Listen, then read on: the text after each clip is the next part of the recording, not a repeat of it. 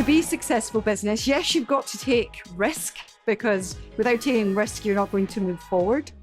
But it's really important that you are not just protecting the business, but you're protecting the business's reputation, the trust in that business from the people that you serve. It's about owning and embedding that control that payment facilitation provides. So yeah, seeing that evolve from the US into the UK and Europe was important.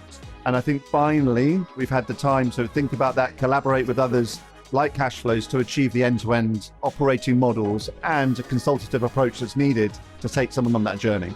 It also enables a more optimized approval rate. And on average, we've seen approval rates ranging from 10 to 15% more optimized than a more traditional model. And it lowers the latency.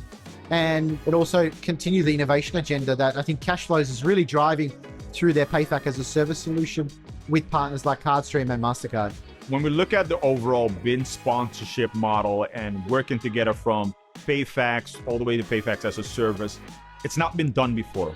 What does it take to go from an ISO or an ISV into becoming a PayFac as a service, taking more of that onboarding onto them, taking much more of that compliance and owning much more of their customer, to becoming a full PayFac and utilizing those services, or even going as far as doing a BIN sponsorship and picking out the processor. What that benefit is really ownership, control, and determining their own destiny. It's just enabling ISVs, software vendors, and anybody who's selling to customers and wants to get involved in payments, just makes it really, really easy for them to offer a better, more embedded payment solution to their customers without having to worry about all of the regulatory compliance hassle that often comes with getting more involved in doing payments. So it's an incredibly exciting time in the payments industry. If you think about whatever stage you are at, historically, you're so reliant on acquirers out there who operate the end-to-end, and that's your option. Now you have this functionality and this optionality to go from an ISV to operating as a PayFac.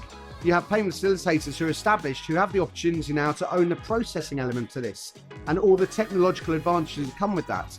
So suddenly we're offering and enabling all of these companies to move up the ownership chain, and there's a huge amount of excitement and opportunity that comes off the back of that.